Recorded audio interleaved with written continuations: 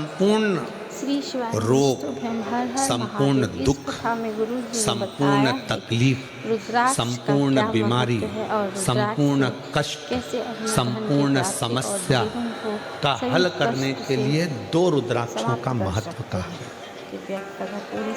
बहुत सालों के बाद ये बात निकली है व्यासपीठ से। हो सकता है आप लोगों के भाग्य होंगे सूरतवासियों के, तो ये कथा नहीं।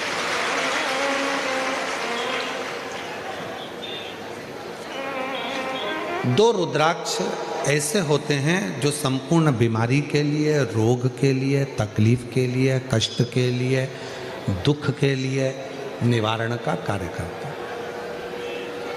वो है पहले नंबर पर 5 मुखी रुद्राक्ष। क्यों? शिव पंचानंद है। भगवान शंकर का एक मुख अघोर मुख है।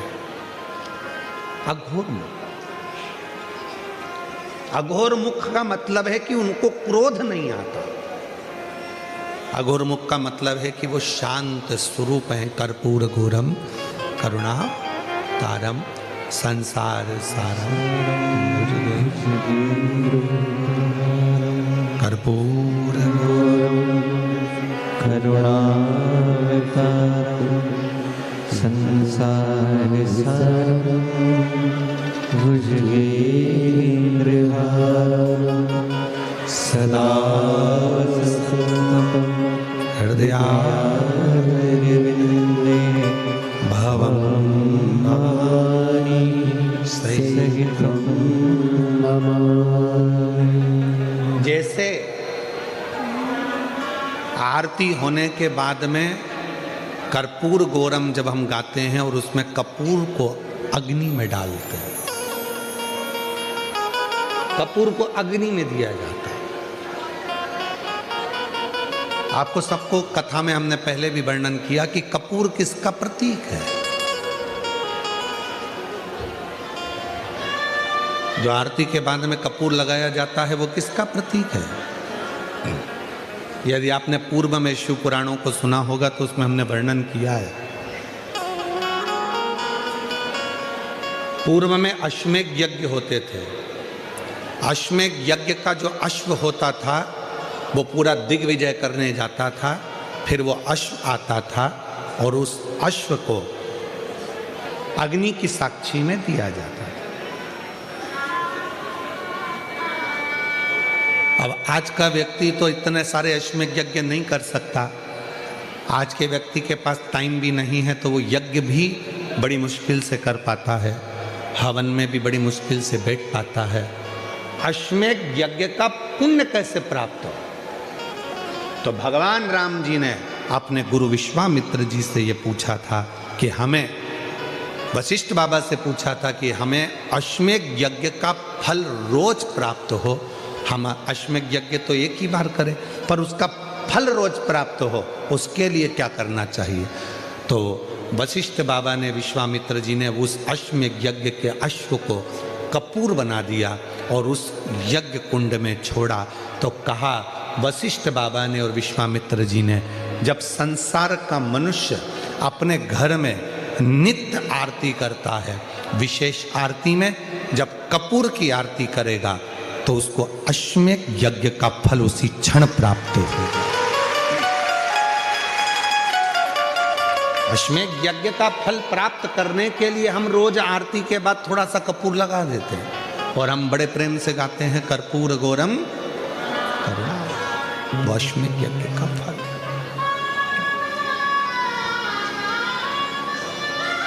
हमारे सनातन धर्म में जितनी भी चीजें होती हैं कोई साधारण नहीं है।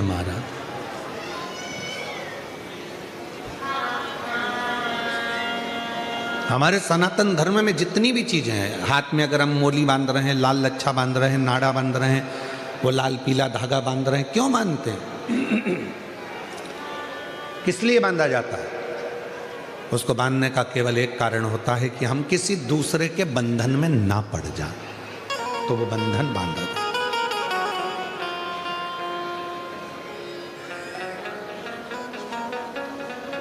हमारे सनातन धर्म में माताएं तिलक लगाती हैं, बिंदी लगाती हैं, मांग भरती हैं, ब्रह्मांड के मध्य बिंदु में एक सूर्य रेखा होती है।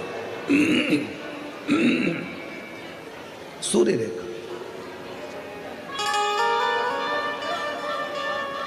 सूर्य का रंग होता है लाल और सूर्य का रंग लाल होता है।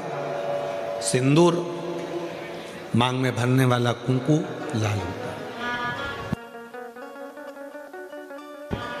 लाल कलर होता है। जब माताएं अपने मांग में सिंदूर भरती हैं, लाल रंग का कुंकू या सिंदूर मांग में भरती हैं, तो उनकी सूर्य रेखा प्रबल हो जाती है। और यदि कोई माता पढ़ी लिखी भी नहीं होती है, कुछ भी ना पढ़ी लिखी है, तो भी अपने बच्चे को पढ़ाने की सामर्थ्यता उसमें तुरंत प्रकट हो जाती है। वो पढ़ा। छोटू भाई, पहले के समय में माताएं इतनी पढ़ी नहीं होती थी। जो बुजुर्ग माताएं हैं वो इतनी पढ़ी नहीं होती, पर अपने बच्चे को वो ज्ञान पूरा देती थी। अपने बच्चे को विद्वत्ता पूरी देती थी, विद्वत्ता ज्ञान पूरा देती।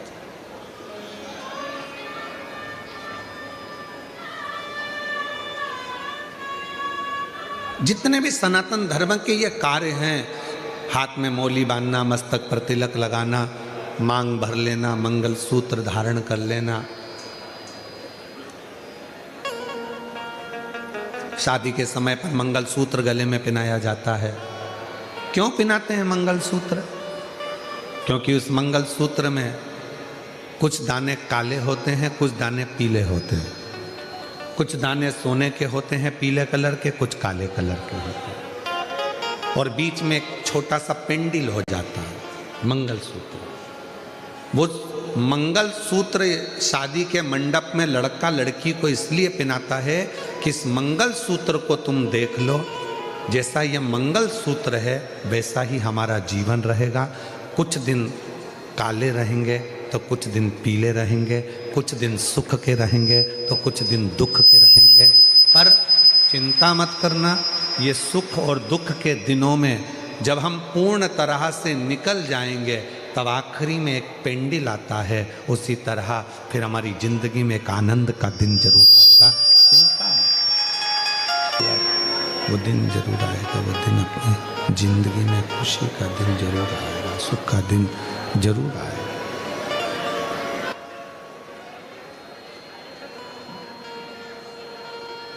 मंगलसूत्र हमें प्रेरणा दे रहा है। सुख और दुख आएंगे, जिंदगी है। कभी भी याद रखना, कोई महाराज तुमको मिल जाए और कह दे कि मैं तुम्हारी जिंदगी में दुख नहीं आने दूंगा, समझ लेना पक्का बेवकूफ बना रहा। तुमसे पैसे कमाना होंगे इसलिए वो कह रहा है कि तुम्हारी जिंदगी में दुख नहीं आने दो। भगवान राम जी की जिंदगी में दुख आया, इतने बड़े बड़े गुरु जी उनके थे। भगवान कृष्ण की जिंदगी में दुख आया, इतने बड़े बड़े गुरु जी उनकी जिंदगी में थे। माँ जानकी के पिताजी के यहाँ इतने बड़े बड़े गुरु जी थे, तो भी माँ जानकी की जिंदगी में दुख आया। तो कोई तुमसे कह दे कि मैं तुम्हारे जीवन में कभी तुम्हें दुख नहीं आने दूंगा, मैं तुम्हें ऐसी विद्या बता दूंगा कि तुम्हें तकलीफ नहीं आएगी, या मैं तुम्हारे को कहीं से गड़ा हुआ धन निकाल कर दे दूंगा, या मैं तुम्हारे लिए कोई ऐसा जादू फादू कर दूंगा, कहने में मत आना। आजकल बेवकूफ़ बनाने वाले बहुत घूम रहे हैं, इनके कहने में मत। अपना दुख अपने को काटना। अपने को छींक आई है, छींक आई तो पड़ोसी छींकेगा क्या? जम के बोलो, बच्चे छींकेंगे क्या? अपनी छींक अपन को छींकना। अपने को खांसी आई, अपने को खांसी। अभी हमारे गले में खराश आ रही थी और हम माइक बंद करके तुमको इशारे में बोले खराश लो, तो तुम्हारे खराशने से हमारा खराश बंद हो जाएगा क्या? अरे बोलो तो जम के, नहीं होगा। दुख तुम्हारा है। कबीरा बाबा ने कहा, गुरु की करनी गुरु भरेगा और चेले की करनी चेला। उड़ जाएगा हंस अकेला। आपके कर्म का भोग आपको भोगना है। हम क्यों कहते हैं कि शंकर जी के मंदिर जाओ, एक लोटा जल चढ़ाओ, घर का प्रत्येक बच्चा शिव के मंदिर जाए? क्यों कहते हैं? क्योंकि उसके कर्म का भोग उसको भोगना है। आज से अगर वो मंदिर जाना चालू कर देगा, लोटा भर के जल चढ़ाना चालू कर देगा, तो उसकी जिंदगी वो अच्छी बनाना प्रारंभ कर देगा, उसका जीवन सार्थक बनाना चाहिए। इसलिए उसको स्वयं को मंदिर जाना, उसको स्वयं को मंदिर पहुंचना, उसको स्वयं जल चढ़ाने जाना, उसको स्वयं को भगवत का भजन करना। कई माताएं कह देती हैं कि गुरुजी मेरा बेटा पशुपति व्रत नहीं करेगा तो मैं कर लूं। तो हमने कहा कि क्यों नहीं करेगा, बोलो उसको, तेरे ही भाग्य के लिए कर रहे हैं ना, तू अपने लिए ही कर रहा है ना, कर। शंकर के मंदिर में एक लोटा जल तू अपने लिए चढ़ा रहा है ना, चढ़ा।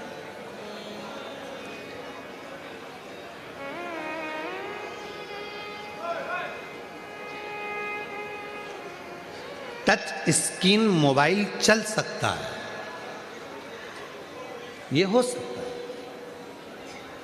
पर टच पुण्य नहीं हो सकता। पाप भी तुम्हारा है और पुण्य भी तुम्हारा।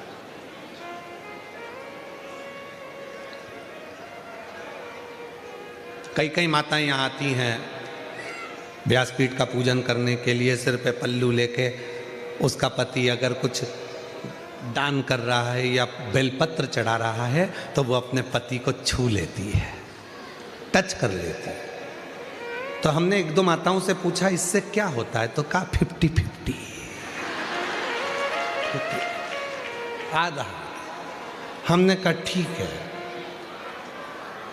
अगर ये 50-50 हो सकता है तो अब किसी की यहां शादी में जाना, एक थाली भोजन लेना, पत्नी से कहना तू टच करके रख, मैं खाता हूं। काहे बाबा जी, टच करके रख।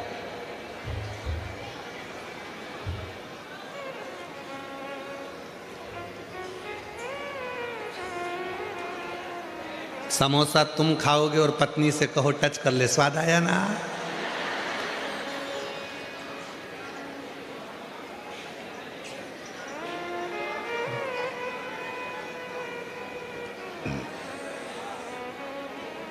पानी पतासे वाले की दुकान पर जाकर कहना जरा मीठा पानी डालो, इसमें तीखा पानी डालो, पत्नी से कहना जल्दी टच कर, स्वाद आया ना?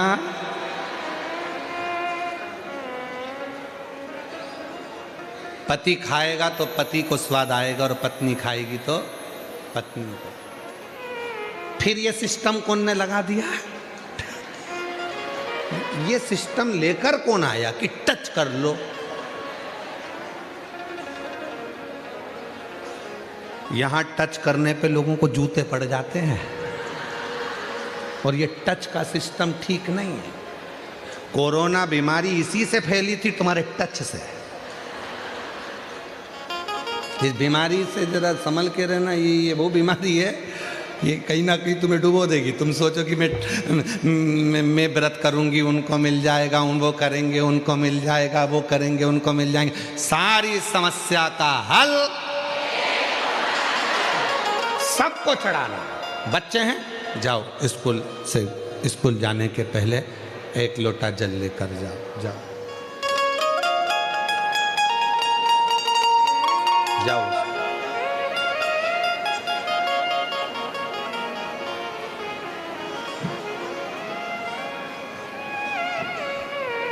आज कुछ स्कूल के बच्चे यहाँ आए हैं, उनका जोरदार ताली बजाकर स्वागत करिए, भाव से।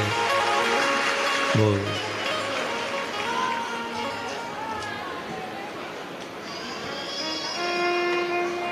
शंभू,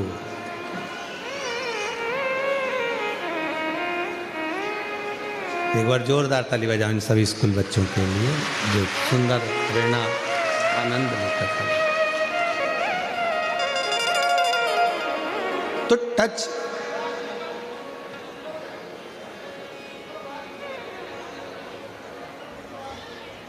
दान में, धर्म में, पुण्य में, संकीर्तन में, सत्संग में, भजन में, कीर्तन में स्वतः करिए, स्वयं का करिए। हाथ में खुजाल चल रही है और तुम पड़ोसी से कह रहे हो तो तेरे हाथ में खुजाल नहीं, उससे मतलब नहीं। अपने को स्वयं खुजाना पड़ेगा, अपने को स्वयं खाना पड़ेगा, स्वयं अपने को छींकना पड़ेगा, स्वयं।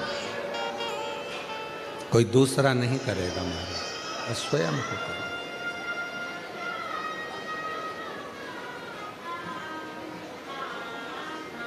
और देख लिया संसार हमने, देख लिया सब मतलब के यार हमने, देख लिया झूठे नाते, झूठे रिश्ते, झूठे नाते, झूठे रिश्ते, अरे झूठा है संसार हमने देख लिया, सब मतलब के यार हमने देख लिया, देख लिया संसार हमने देख लिया, देख लिया संसार हमने देख लिया।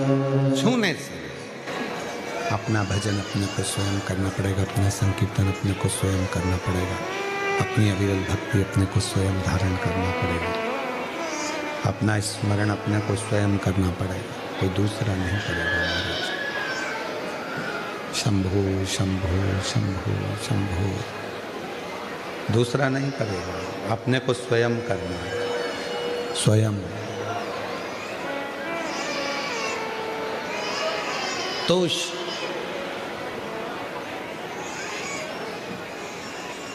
दो रुद्राक्ष,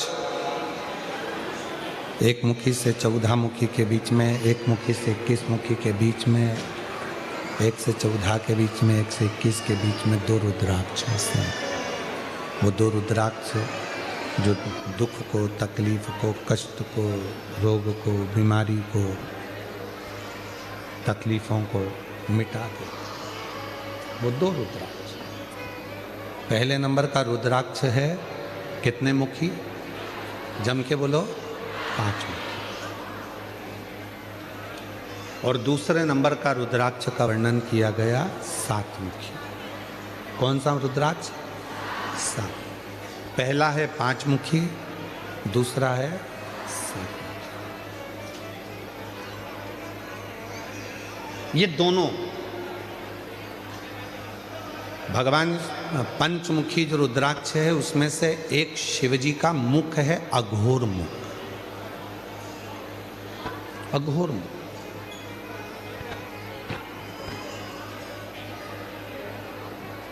ये लोग कहते हैं अघोरी है, ये अघोर साधना करता है,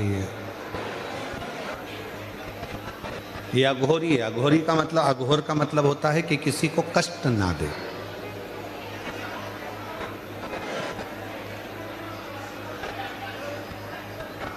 सच्चा यदि कोई संत होगा,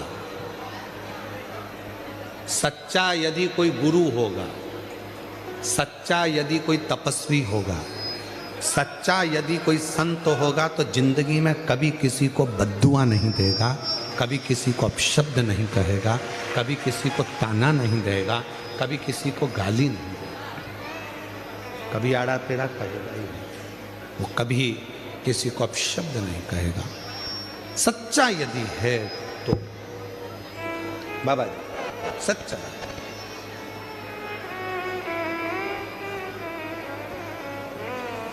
छोटू भाई, ये फ्लाइट बाबा हैं।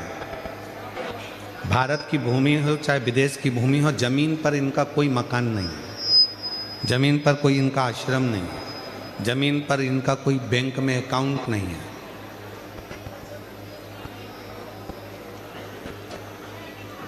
24 घंटे से ज़्यादा किसी नगर में रुकते नहीं,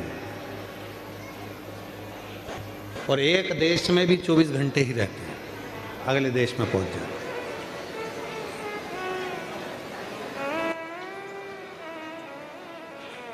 शायद ही कोई सेठ होगा, कोई करोड़पति होगा, कोई अरबपति होगा जो दान धर्म इतना करता होगा जितना ये फ्लाइट बाबा। कोई बेटी की शादी है, रोते हुए आया, झोले में से इनने निकाला, देना प्रारंभ करा। क्या कोई रकम, क्या कोई गहना, क्या कोई पैसा, कोई शिक्षा है, कोई चिकित्सा है। बाबा रहते फक्कड़ हैं, लोगों को लगेगा कुछ नहीं, पर वो कपड़े में ना जाने क्या रहता है कि बाबा की कृपा से सबको प्राप्त भी होता रहता है। बाबा फक्कड़ है, कुछ नहीं है, पर इनका बड़ा प्रेम है कि वो यहाँ आते हैं, कथा में आशीर्वाद मिल जाता है, साधुता दर्शन हो जाता है। यही पुण्यता, यही पुण्य।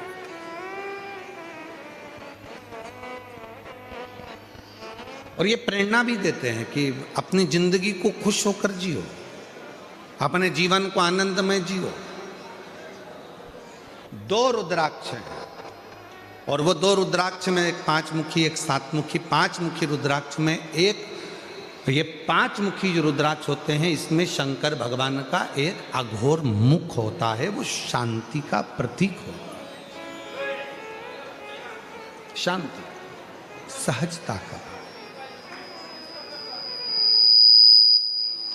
लोग कहते हैं कि अघोरी के पास मत जाना, अघोर विद्या करने वाले दूसरे का बुरा कर, ना ना ना, सच्चा अघोरी, सच्चा शंकर का भक्त, सच्चा परमात्मा का भक्त कभी किसी का बुरा करता ही नहीं।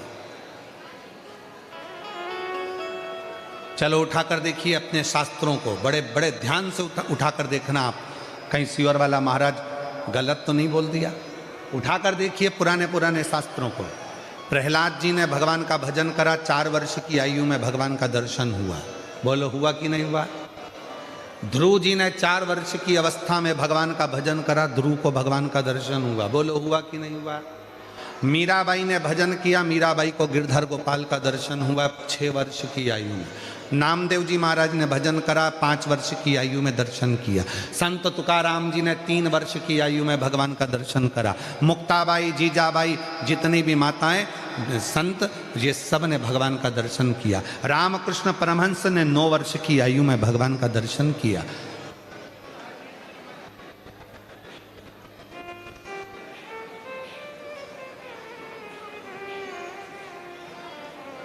भगवत भजन। और पुराने पुराने फिर ऋषियों को निकाला जाए, जिनको गुस्सा आ जाता था और 2 मिनट में श्राप दे देते थे, वो तपस्या करते रहते थे, पर भगवान उनके सामने प्रकट ही नहीं हो पाए। कारण क्या था? पुण्य तो इकट्ठा करते थे, तपस्या के बल पर वो अपना पुण्य एकत्रित कर लेते थे, पर गुस्से में आकर श्राप दे देते थे। श्राप दिया, पुण्य समाप्त, तो परमात्मा का दर्शन नहीं हो पाता। हमने पुण्य किसके लिए इकट्ठा करा? अपने लिए। और अगर हम उसको अपशब्द कहकर, गाली देकर, आड़ा टेढ़ा बोलकर, बद्दुआ देकर, किसी को श्राप देकर अपने पुण्य को अगर हम समाप्त कर लेते हैं तो परमात्मा कभी नहीं मिलता। कई लोग कह देते हैं हमने इतना भजन करा है हमें परमात्मा लेने आएगा, मैंने इतना भजन करा है मुझे भगवान लेने के लिए आएगा, मैंने इतना तप करा है मुझे परमात्मा दर्शन देने के लिए। नहीं आ सकता, कभी भी नहीं आ सकता। यदि आपके मुख से आपने किसी को बद्दुआ दी है, आप शब्द कहा है, ताना दिया है, आड़ा टेढ़ा बोला है, तो मेरा परमात्मा, मेरी देवी कभी तुम्हारे सामने प्रकट नहीं हो सकती, तुम्हारे सामने आ ही नहीं सकती। ना तुम्हें दर्शन देगी, ना तुम्हें मुक्ति देगी। अब शब्द बोला गए। विक्रम बेताल की कथा किस किसने देखी टीवी पर? हाथ उठाइए। विक्रम बेताल नाटक आता था, सीरियल आता था, आज भी डला होगा टीवी पर, यूट्यूब पर। उसका सबसे बड़ा एक ही चीज थी, क्या थी? तू बोला मैं चला। बस वो विक्रम बेताल की कथा संत को याद कर लेना चाहिए, एक अच्छे साधु को याद कर लेना चाहिए कि हमारे मुख से अपशब्द निकला और हमारा पुण्य चला। तू बोला मैं चला, तूने अपशब्द बोला, तूने बद्दुआ दी, तूने अपशब्द बोला, तूने श्राप दिया, तूने आड़ा टेढ़ा बोला और वो पुण्य हमारा पूरा चले गया, फिर वो पुण्य नहीं रहता।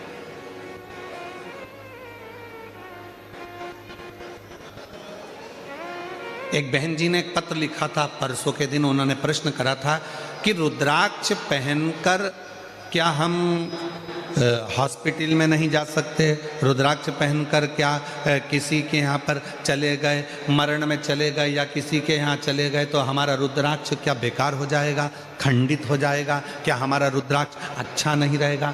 माताएं गले में धारण कर लेती है, रजस्वला धर्म आ जाता है तो क्या हमारा रुद्राक्ष खंडित हो जाएगा, क्या हमारा रुद्राक्ष बेकार हो जाएगा? कहाँ किसी के यहाँ बच्चा हुआ, हम चले गए तो हमारा रुद्राक्ष हॉस्पिटल में गए तो बेकार हो गया, मैयत में गए तो बेकार हो गया, मरण में गए तो बेकार हो गया, कोई गलत कृत्य हो गया तो क्या बेकार हो गया? कहाँ लिखा? नहीं। रुद्राक्ष मतलब शिव, शंकर। वो अगर आपके गले में पड़ा है तो आप कितने भी अपवित्र क्यों ना हो गए तो भी वो रुद्राक्ष अपने आप आपको पवित्र कर देता है, अपने आप वो पवित्रता प्रदान करता है अपने आप। माताएं कहती है हम रुद्राक्ष पहनेंगे हमारे साथ में ये प्रॉब्लम हो जाएगी, हमारे साथ वो, अरे रुद्राक्ष धारण करा मतलब वो पवित्रता प्रदान करेगा, पवित्रता देगा। कई कहता है हम शमशान में पहन कर जाएंगे हमारा रुद्राक्ष बेकार हो गया ना। तुलसी की माला और रुद्राक्ष की माला कभी जिंदगी में अशुद्ध नहीं होती, वो शुद्ध की शुद्ध बनी रहती है, वो पवित्र की पवित्र बनी रहती है, उसमें शुद्धता रहती है, उसकी अपवित्रता कभी होती, वो अपवित्र नहीं होता, उसमें पवित्रता बनी, वो शुद्ध नहीं होता।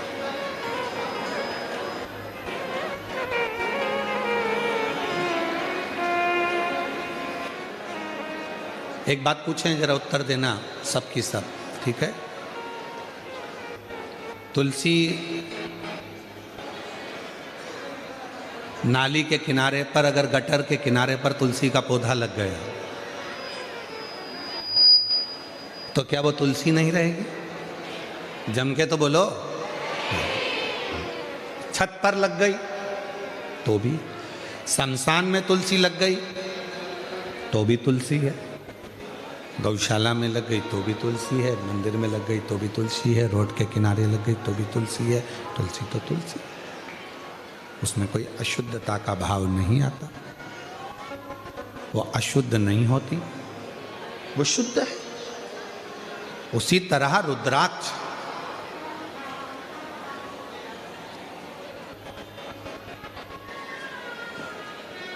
गलत जगह चले गए, कोई गलत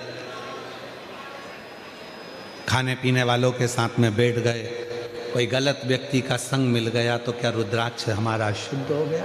नहीं। रुद्राक्ष की शुद्धता वो अपने आप में पवित्रता है और पवित्र रहता है, उसमें शुद्धता का भाव नहीं आता, वो शुद्ध है, शुद्ध रहेगा और शुद्धता का कार्य ही वो करेगा, शुद्धता।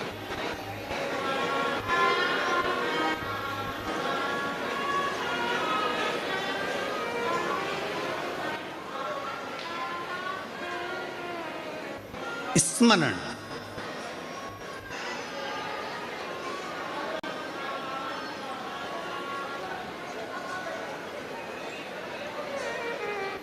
भोले शंकर त्रिपुरारी माँ गंगा जी की बलिहारी।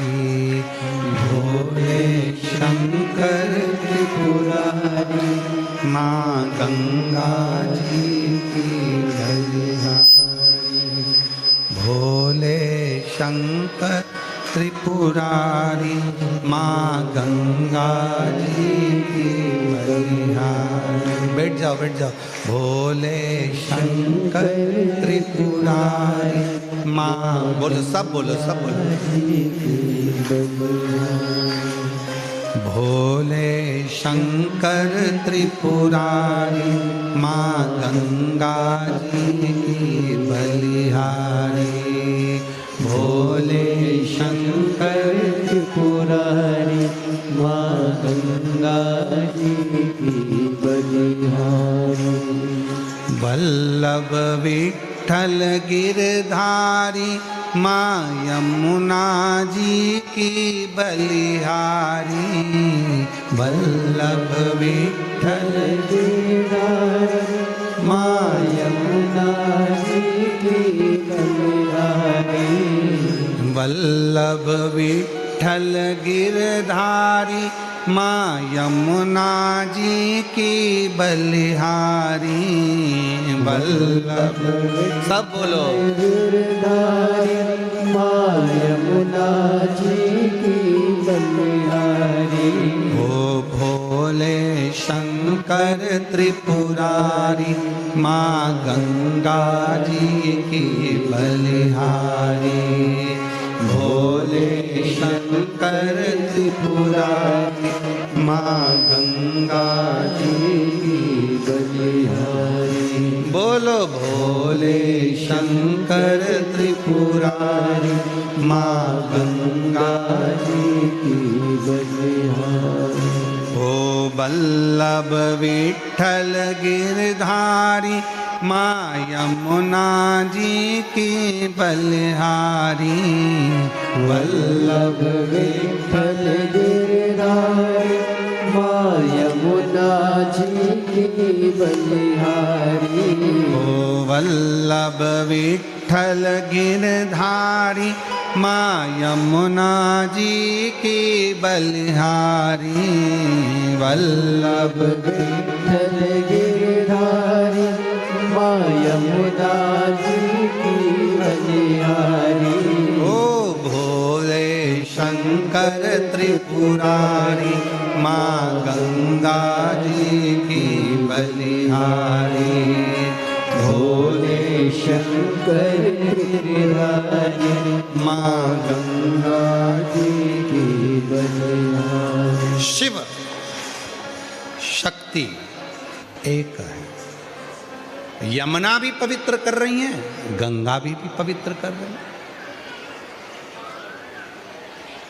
गंगा का जल उत्तराखंड से चला गंगोत्री से, पहुँचते पहुँचते पहुँचते पहुँचते प्रयागराज पहुँच गया। प्रयागराज से फिर काशी पहुँच गया। काशी से फिर चलता कोलकाता पहुँच गया। गंगा सागर में जाकर मिल गया। गंगा जहाँ से बहकर जा रही है उसने सबको पवित्र कर दिया। यमुना जी जहाँ से बहकर जा रही है उन्होंने सबको पवित्र कर दिया, सबको। उसी तरह रुद्राक्ष गले में है, वो आपको पवित्र कर रहा है, पवित्र। बिना संकोच के मेरी जीजियां, बिना संकोच के मेरे बेटा, बिना संकोच की मेरी बेटियां, बिना संकोच के मेरे बुजुर्ग, बिना संकोच के मेरी बुजुर्ग माताएं। कोई कह रहा है शरीर में लकवा लग सकता है, पैरालिसिस आ सकता है, ब्रेन स्ट्रोक आ सकता है, हेमरेज हो सकता है। हमारा निवेदन है, छोटे से छोटा बच्चा हो, चाहे बुजुर्ग से बुजुर्ग व्यक्ति हो, चाहे महिला हो, चाहे पुरुष हो, उसके गले में अगर एक रुद्राक्ष पड़ा है तो उसकी जिंदगी में वो दुख नहीं पा सकता। लोग बाद में पहनते हैं, जब तकलीफ आ जाती है, तकलीफ आने के बाद लोग रुद्राक्ष पहनते हैं। हम कहते पहले से पहनो। कोरोना की बीमारी आएगी तब तुम इंजेक्शन लगवाओगे,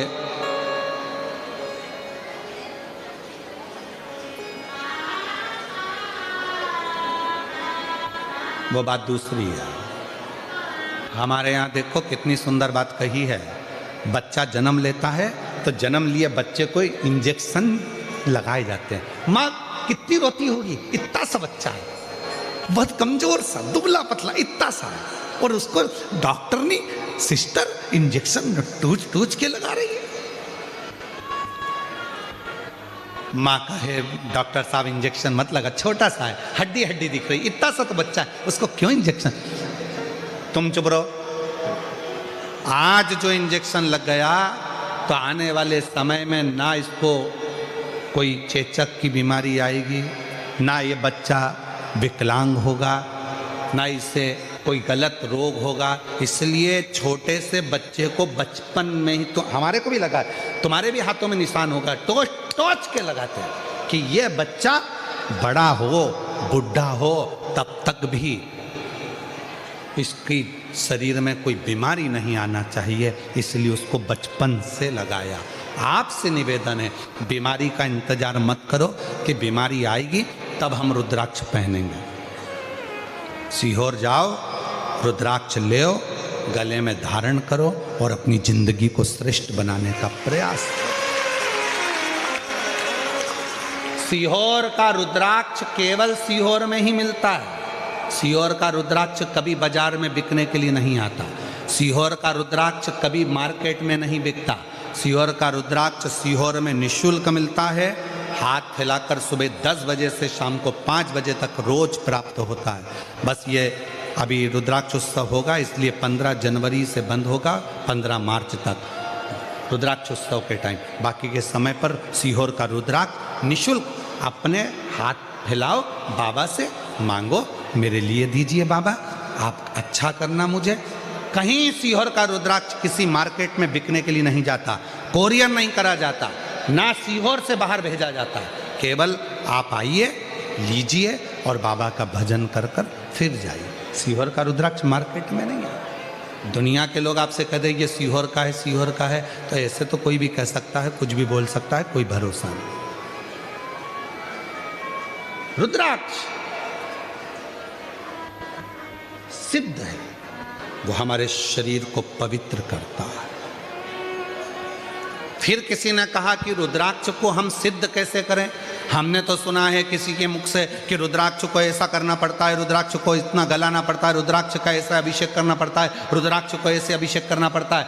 शिव महापुराण की कथा कहती है भगवान शंकर के मंत्र का, शंकर भगवान के शिवलिंग के पास में जाकर भी ना कर सको तो घर में ही रुद्राक्ष को अपने हाथ में लेकर पंचाक्षर मंत्र नमः शिवाय, षडाक्षर मंत्र ओम नमः शिवाय या श्री शिवाय नमस्तुभ्यम, इस मंत्र का जाप कर कर जब हम बाबा का रुद्राक्ष अपने गले में धारण कर लेते हैं तो वो अपने आप सिद्ध ही है और सिद्ध ही रहता है।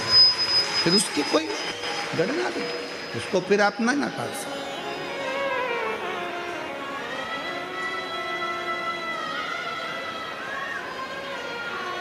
पंचमुखी रुद्राक्ष में एक मुख होता है अघोर।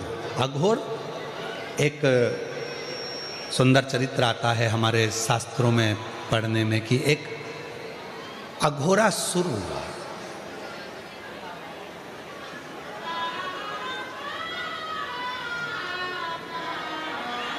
उसने ब्रह्मा जी का बहुत तप किया, वर मांग रहा था कि मैं मरूं ना, मेरी मृत्यु ना, मेरी मौत ना, मेरे प्राण ना छूटे, मैं मरूं ना, ये उसको वर चाहिए। पर शिवपुराण तो कहती है बादाम खाओगे तो भी मरोगे और नहीं खाओगे बोलो तो भी मरोगे। 50 लाख की गाड़ी में घूमोगे तो भी मरोगे और साइकिल पे घूमोगे तो भी मरोगे। बंगले में रहोगे तो भी मरोगे और झोपड़े में रहोगे तो भी मरोगे। खाओगे रोटी तो भी मरोगे, नहीं खाओगे तो भी मरोगे। मरना तो सबको है, बस कथा सुनोगे तो भी मरोगे, नहीं सुनोगे तो भी मरोगे। तो आप लोगों के मन में प्रश्न आ जाएगा फिर हम काय को सुने जब मर नहीं है तो उसका एक कारण है। बिल्ली अपने मुख से चूहे को पकड़ती है, जिंदा छोड़ देती है क्या? जम के बोलो नहीं। और बिल्ली अपने मुख से अपने बच्चे को पकड़कर 7 घर लेकर जाती है, मार डालती है क्या? नहीं। बिल्ली का मुख वही है, चूहे को पकड़ा नष्ट कर दिया, अपने बच्चे को पकड़ा 7 घर लेकर गई, उसको मरने नहीं दिया। बस उसी तरह शिव महापुराण की कथा सुनोगे तो भी मरोगे, नहीं सुनोगे तो भी मरोगे। नहीं सुनी तो चूहे के बच्चे जैसे मसल ले जाओगे और सुन ली तो बिल्ली के बच्चे जैसे पार उतरोगे। जाना तो है, प्राण तो छूटना है, बच लो।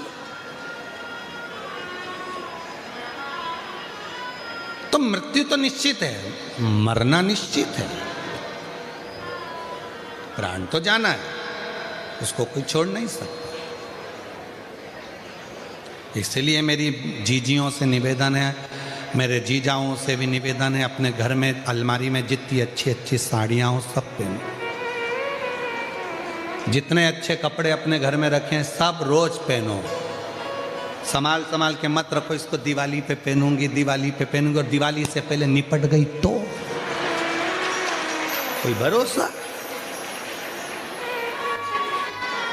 खूब अच्छी है, आज से घर जाना और अपने पास में जो अच्छी अच्छी साड़ियां रोज निकाल के पहनो। अब वो बोले कहीं जाना ही नहीं है तो क्यों पहनो, अब कोई नहीं देखे वो तो देखे, बस पहनना है तो पहन। कोई तुमको कितना भी टोके, बताओ इतनी सज धज के कहाँ जा रही है, और अच्छे सजो, खजूर वाली चोटी बना, बिन बिन के अच्छी,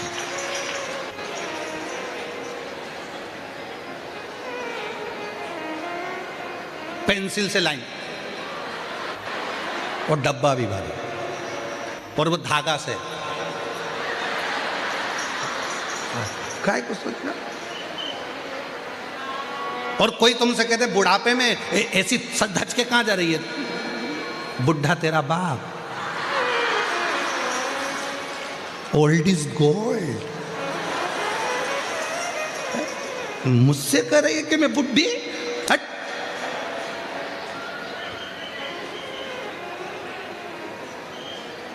अच्छे जो भगवान ने दिया है उसमें खुश रहना प्रारंभ करो। किसी की वस्तु को देखकर, किसी का महल देखकर, किसी की गाड़ी देखकर, किसी का बंगला देखकर, किसी की दौलत देखकर अपने मन में ये मत सोचना कि मेरे पास इतना होना चाहिए। भगवान ने जो तुझे दिया है हो सकता है वो किसी और के पास वो भी ना हो, जो दिया उसमें खुश है, उसमें प्रसन्न रहो। रो रो कर क्या जिंदगी, जरा सा कुछ हो गया रोने बैठ गया, जरा सा कुछ हो गया रोने बैठ गया, ना ना ना ना, बहुत जोरदार। कोई तुमसे पूछे क्यों कैसी हो, भले कितना भी कर जाओ, कितना भी दुख हो, कितनी भी तकलीफ हो, और कोई पूछे क्यों तू मंदिर में एक लोटा जल लेकर जाती है, हमने तो सुना तेरे यहाँ इतना कट जाए, हमने तो सुना तेरे यहाँ बहुओं की लड़ाई हो जाती है, हमने तो सुना तेरे बच्चों की लड़ाई चल रही है, हमने तो सुना तेरे रिश्तेदार की लड़ाई चल रही है। तो कह देना आग लगे बस्ती में, हम रहे मस्ती में, हमें कोई मतलब नहीं है, हम तो शंकर जी के शंकर जी हमारे, हमें क्या करना उससे, हमें कौन सा मतलब उससे। इसलिए मेरी जीजियों, मेरे जीजाओं, हमने देखा है लोगों के पास में धन बहुत है पर खाना खाने की फुर्सत नक नहीं है, फुर्सत। दुकान पर ग्राहक आ रहे हैं, तुमसे अच्छा तो तुम्हारा नौकर है, ठीक 2 बजे छुट्टी मारता है, चाय सेठ जी 50 ग्राहक खड़े रहे, उसको खाना खाना है मतलब खाना है। तुमसे अच्छा एक भिखारी है, तुम्हारे दरवाजे से मांगता है, तुम्हारे दरवाजे के बाहर जाकर कचौड़ी और समोसा खरीद कर खाता है, और तेरा मन करता है खा लूं क्या 5 रुपए का, खा लूं क्या 10 रुपए का, और तू जोड़ जोड़ के बच्चों के लिए, पत्नी के लिए, बच्चों के लिए, पत्नी के लिए, बच्चों के लिए, पत्नी के लिए, और एक दिन फोटो टंग जाता नहीं पड़े।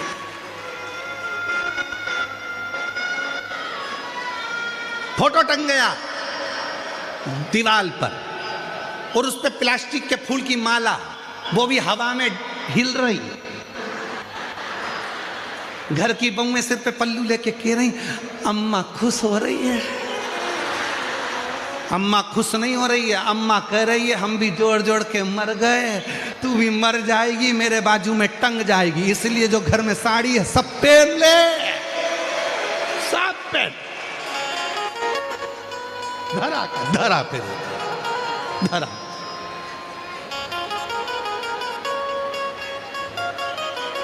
इसलिए काल करो सो, आज करो सो, घर जाके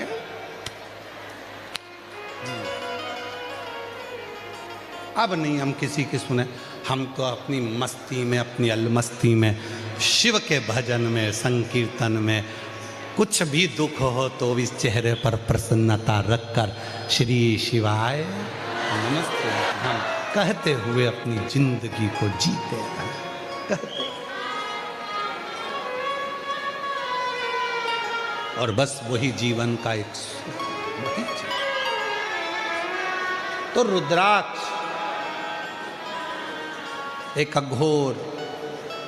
अघोरासुर हो गए और वो अघोरासुर ने महाराज ब्रह्मा जी से वर मांगा कि मैं कभी मरूं ना, मेरे प्राण ना जाएं, मेरी मृत्यु ना हो। ना मृत्यु तो निश्चित, प्राण तो छूटेंगे, मरना तो पड़ेगा, प्राण तो जाए। तो फिर करा क्या जाए? तो कहा एक काम करो, फिर एक काम, जैसे शिव महापुराण की कथा सुनने वाले जो भक्त आते हैं, आखिरी दिन की जो कथा सुनते हैं, आरती होती है, बाबा की मिट्टी को प्रणाम कर कर आरती के बाद झोली पसार कर प्रणाम कर कर कहते जाते हैं कि हमने सुना है मेहमान जब जाते हैं तो बच्चे के हाथ में कुछ देकर जाते हैं। आरती के बाद जब मेरी बहनें कथा के पंडाल से जाती हैं, मेरे जीजा जब जाते हैं तो बाबा से कह कर जाते हैं तू भी जा रहा है, हमारी झोली में कुछ तो डाल जा, कुछ तो दे जा, जिससे फिर आए कथा का रस तत्व ग्रहण, कुछ तो दे।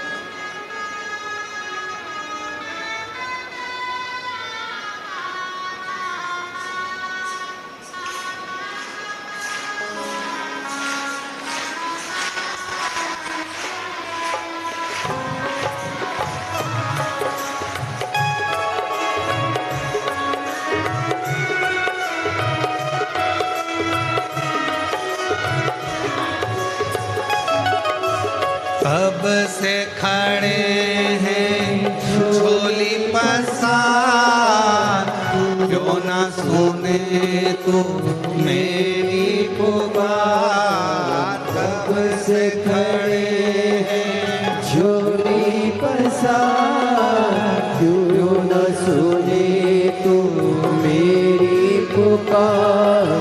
कब से खड़े हैं झोली पसार, क्यों ना सुने तू मेरी पुकार। कब से खड़े हैं झोली पसार, क्यों न सुने तू मेरी पुकार। मुझे तेरा ही सहारा है मेरे भोले बाबा, मुझे तेरा ही सहारा है मेरे भोले बाबा। मैंने तुम्हें ही पुकारा है मेरे भोले बाबा। मैंने तुम्हें ही पुकारा है मेरे भोले बाबा।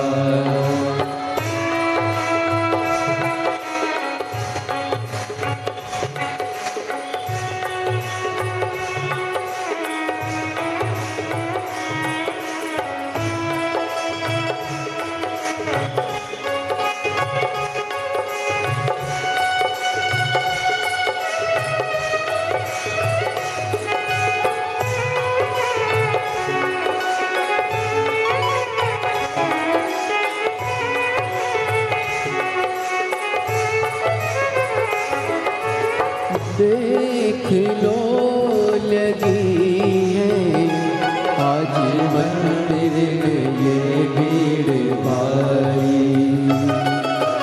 देख लो लगी है आज मंदिर में ये भीड़ भारी। दर्शनों की खातिर आए हैं लाखों नर और नारी। दर्शनों की खातिर हमारे बीच में लोकसभा सांसद जी पधारे हैं, एक बार जोरदार ताली बजाकर स्वागत लोकसभा सांसद। दर्शनों की खातिर आए हैं नर और नारी आ जाए भोले बाबा, आ जाए भोले बाबा, दिलों ने पुकारा है मेरे भोले बाबा, दिलों ने पुकारा है मेरे भोले बाबा। कब से खड़े हैं झोली पसार, क्यों न सुने तू मेरी पुकार। कब से खड़े हैं झोली पसार, क्यों न सुने तू मेरी पुकार। मुझे तेरा ही सहारा है मेरे भोले बाबा, तेरा ही सहारा है मेरे भोले बाबा।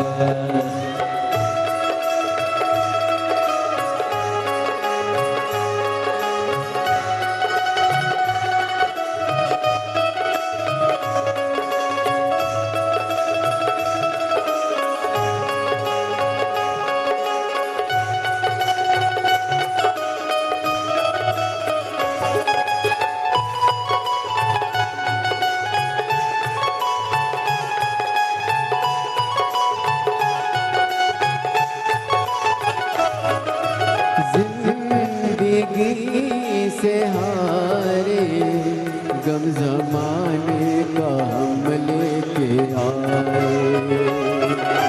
जिंदगी से हारे गम जमाने का हम लेके आए। तू बता जहाँ में लोग अपने हुए क्यों पराए। तू बता जहाँ में लोग अपने हुए क्यों पराए। तेरे सिवा दुनिया में, तेरे सिवा दुनिया में कोई ना हमारा है मेरे भोले बाबा, कोई ना हमारा है मेरे भोले बाबा। कब से खड़े हैं झोली पसार, तू न सुने तू मेरी पुकार। कब से खड़े हैं झोली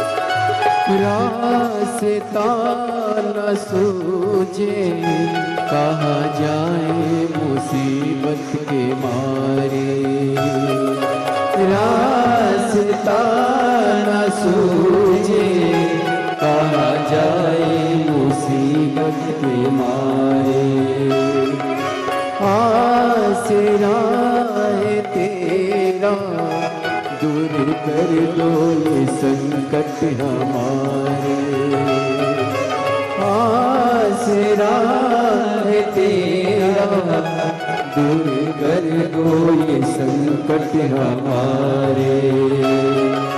सुनते हैं तूने ही, सुनते हैं तूने ही लाखों को उबारा है मेरे भोले बाबा, लाखों को उबारा है मेरे भोले बाबा। कब से खड़े हैं झोली पसार, क्यों न सुने तू मेरी पुकार। कब से खड़े हैं झोली पसार, तू न सुने तू मेरी पुकार। मुझे तेरा ही सहारा है मेरे भोले बाबा, मुझे तेरा ही सहारा है मेरे भोले बाबा। मैंने तुम्हें ही पुकारा है मेरे भोले बाबा, मैंने तुम्हें ही पुकारा है मेरे भोले बाबा, तुम्हें ही पुकारा है मेरे भोले बाबा। हार महादेव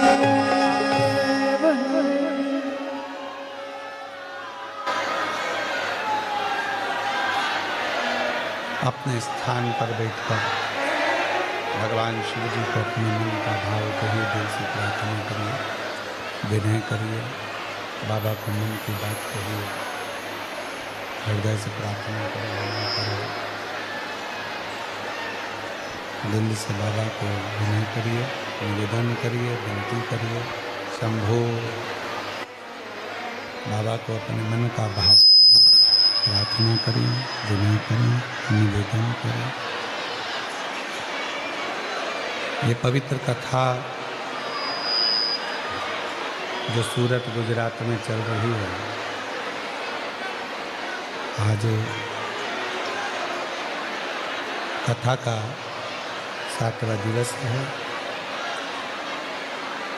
जहाँ जगह मिले वहाँ बैठकर बाबा को अपने मन का भाव कहिए, निवेदन करिए, प्रार्थना करिए, विनती करिए।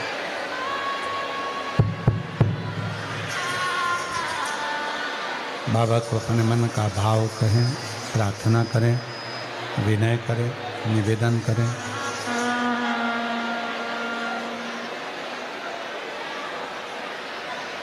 ये कथा आज विराम हो जाएगी। 10 तारीख को, 16 तारीख से 22 तारीख तक शिव महापुराण की कथा बड़ोदरा गुजरात में प्रारंभ होगी। कथा का समय 1 बजे से 4 बजे तक रहेगा। Leprosy ground, Sardar estate for lane, Ajwa road, Baroda, Gujarat. 22 जनवरी को वहाँ कथा विराम होगी और 27 जनवरी से शिव महापुराण की कथा 31 जनवरी तक 5 दिन तक प्रयागराज में त्रिवेणी के संगम पर माघ मेले में सतुआ बाबा शिविर में पवित्र कथा रहेगी। 1 बजे से 4 बजे तक उस कथा का लाभ लेंगे। खाक चौक, महावीर मार्ग, पाटुन पुल नंबर 1, माघ मेला, प्रयागराज। फिर 11, 12, 13 फरवरी डबरा मध्य प्रदेश में शिव पुराण की कथा 3 दिन की डबरा में रही। फिर 7 दिवसीय रुद्राक्ष महोत्सव 14 से 20 फरवरी सीहोर बाबा की भूमि कंकर शंकर की धरा पर रहेगी। आप और हम उसको श्रवण करेंगे और जीवन में उतारेंगे। आज कथा का रिटर्न बढ़ा दे बाबा। आज कथा का 7वां दिन है, विराम दिवस है। जहाँ आपको जगह मिल जाए वहाँ बैठकर बाबा को प्रार्थना करें,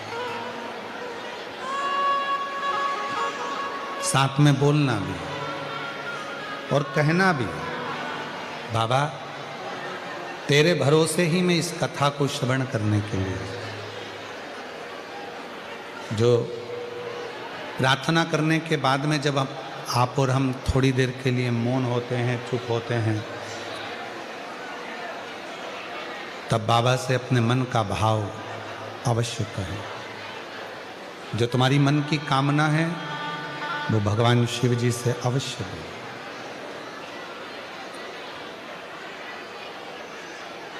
और आज कथा के समापन पर आप लोगों से निवेदन रहेगा, जब आरती हो, आरती के बाद में जब आप लोग यहाँ से जाएं तो भूमि को नमन कर कर, प्रणाम कर कर, उसकी रज मस्तक चढ़ाकर बाबा से निवेदन कर कर, प्रार्थना कर कर चले जाएं। बाबा को विनय कर कर जाएं, प्रार्थना कर कर जाएं, निवेदन कर कर जाएं। साथ में आप लोग और आप और हम सब बोलेंगे, बाबा को प्रार्थना करेंगे, निवेदन करेंगे।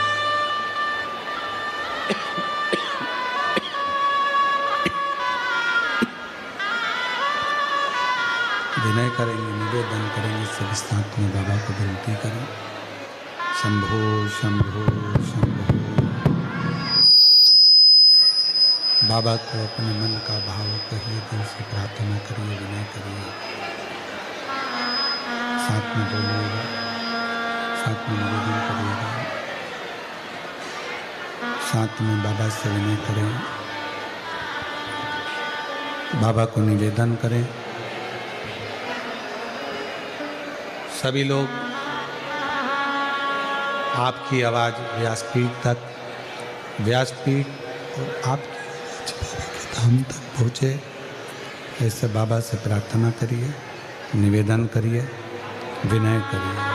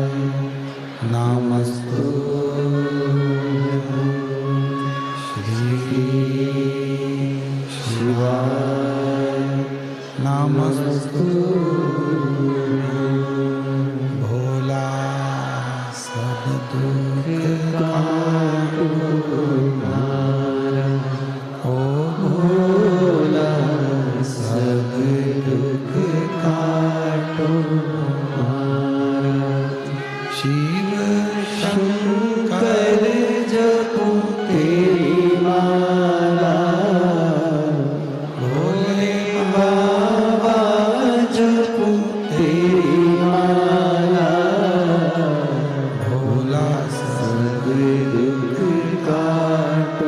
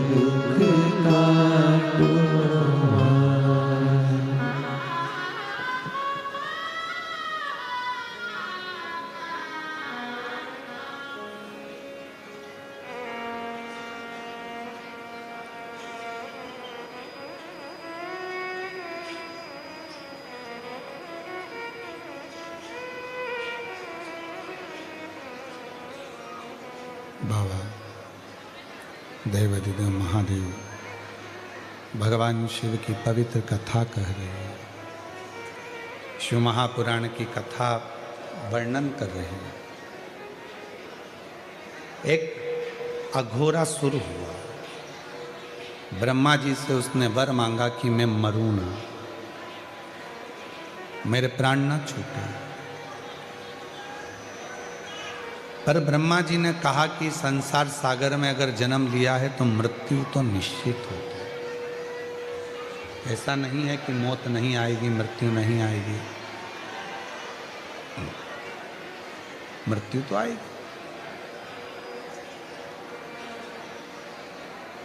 तुम और कोई वर मांग लो जो तुमको चाहिए।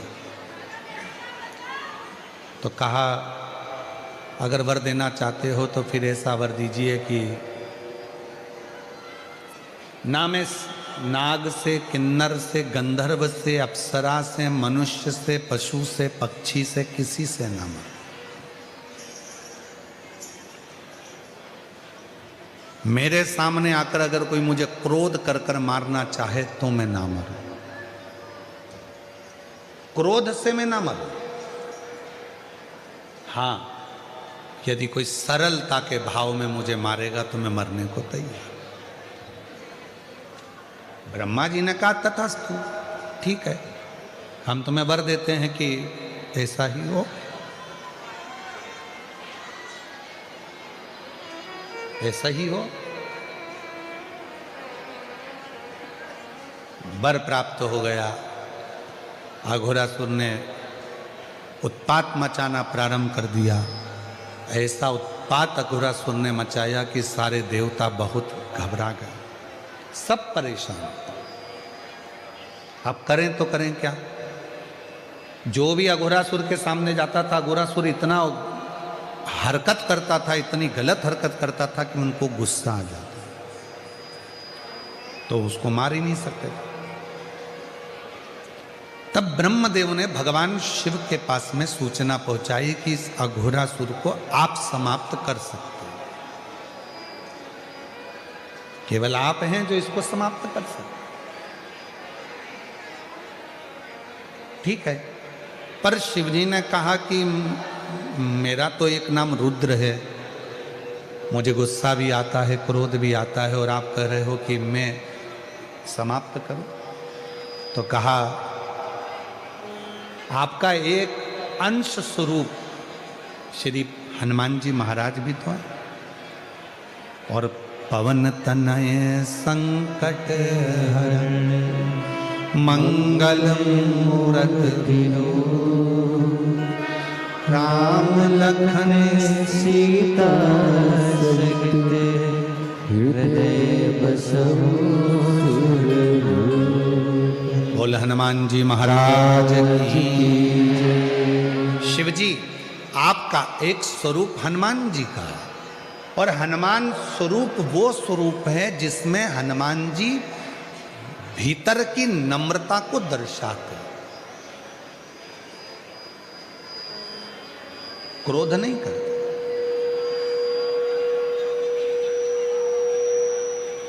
कितना कितना क्रोध हनुमान जी को दिलाया गया, पर हनुमान जी गुस्सा नहीं करे।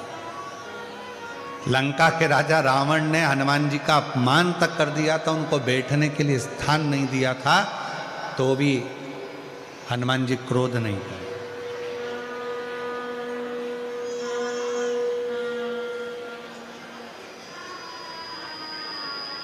कोई स्थान नहीं मिला तो भी उनको गुस्सा नहीं आया।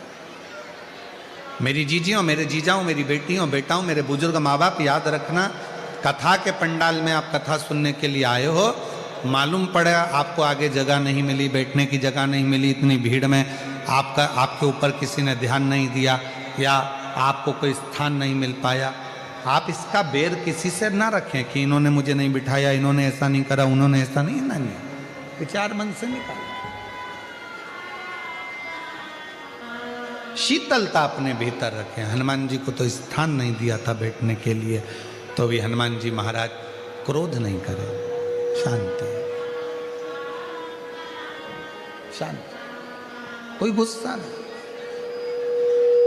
तब श्री हनुमान जी महाराज को भगवान शिव जी ने याद किया और हनुमान जी को बुलाया कि आज अघोरासुर का वध करना है।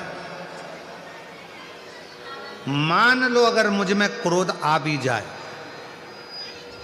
मान लो अगर क्रोध आ भी जाए तो एक काम करना कि भीतर से शीतलता देना।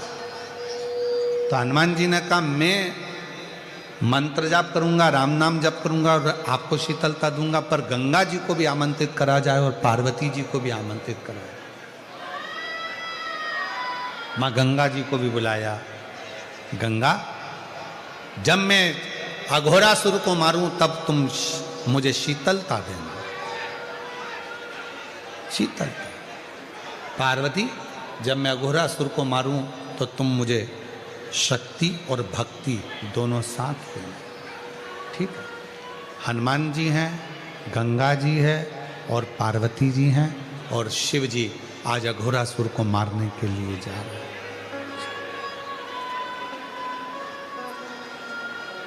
और वल्लभ विठ्ठल गिरधारी माँ यमुना जी की बलिहारी। वल्लभ विठ्ठल, बोलो बोलो बोलो, माँ यमुना जी की बलिहारी। भोले शंकर त्रिपुरारी माँ गंगा जी की बलिहारी। भोले शंकर त्रिपुरारी माँ गंगा जी की बलिहारी। हे भोले शंकर त्रिपुरारी माँ गंगा जी की बलिहारी। भोले शंकर त्रिपुरारी माँ गंगा जी की बलिहारी। ओ वल्लभ विठ्ठल गिरधारी श्री यमुना जी की बलिहारी। वल्लभ विठ्ठल गिरधारी श्री यमुना जी की बलिहारी। अघोरासुर ने उत्पात मचाया। ऐसी ऐसी हरकत अघोरासुर ने करी कि भगवान शिव को क्रोध आने लगा, शंकर भगवान को क्रोध आने लगा। और जैसे शिव जी को क्रोध आने लगा, शंकर भगवान को जैसे ही क्रोध आने लगा, गंगा जी ने शीतलता दी, पार्वती जी ने भक्ति शक्ति, हनुमान जी महाराज ने भगवान राम के नाम का उच्चारण कर कर शीतलता प्रदान करना प्रारंभ कर दिया। शीतल। और अघोरासुर को मारने के लिए भगवान शिव ने तुरंत अपना शस्त्र त्रिशूल उठाया। अघोरासुर चरणों में आकर पड़ गया, मुझे मत मार। जितनी शीतलता से आप मेरे सामने खड़े हैं, आज मैं वचन देता हूं, अघोरासुर कहता है, उतनी ही शीतलता आपके सम्मुख में मेरी रहेगी। मेरे नाम को आप अपने साथ में जोड़ लो। शिव जी ने अपने एक मुख का नाम अघोर रख दिया। अघोर। बोल अघोरेश्वर महादेव। अघोरेश्वर महादेव। तो यहां जो रुद्राक्ष की महत्वता चल रही है, 5 मुखी रुद्राक्ष में जो 5 मुख होते हैं उसमें से एक मुख अघोर का होता है। इसीलिए शिव महापुराण में आप लोग स्मरण करें हैं ये रुद्राक्ष की महत्वता। आप जब भी सीहोर का रुद्राक्ष आपको मिलता है, कोई 5 मुखी मिलता है, कोई 7 मुखी मिलता है, कोई 4 मुखी मिलता है, वो अघोर शीतलता देता है, शांति देता है। और यहां तक शिव पुराण कहती है, शिव महापुराण यहां तक कह रही है, अगर मान लो किसी के शरीर में ब्लॉकेज आ गए हैं और डॉक्टर ने कहा है कि इनका बाईपास कराना है या इनका हार्ट कम काम कर रहा है, आप डॉक्टर का इलाज करवाते रहें, टेबलेट खाते रहें, दवाइयाँ खाते रहें, जांचें कराते रहें, मना नहीं है, क्योंकि डॉक्टर भी शिव का एक रूप होते हैं, उनके कहे अनुसार करें। पर साथ में एक काम और चालू कर दे। मान लो कल बाईपास होना है, कल ऑपरेशन होना है, आज से ही एक बेलपत्री शिव जी पे चढ़ाएं और बेलपत्री की डंडी, चाहे आप कहाँ खड़े हैं, बस जहां आप खड़े हैं बेलपत्री की जो डंडी है उस डंडी का मुख अपनी ओर रखना और अघोरेश्वर महादेव के नाम से 5 बार जल उस बेलपत्री पर शिवलिंग पर चढ़ाएं, कटोरी में उस जल को झेल कर ले आएं और अघोरेश्वर महादेव का नाम लेकर उस जल को जिसका बाईपास हो रहा है, हार्ट काम नहीं कर रहा, उसको थोड़ा थोड़ा 5 बार पिला दें और दूसरे दिन फिर डॉक्टर को बोलें कि एक बार जांच करो, बाबा चाहेगा तो उसका हार्ट काम करना प्रारंभ कर दे। अघोरेश्वर महादेव।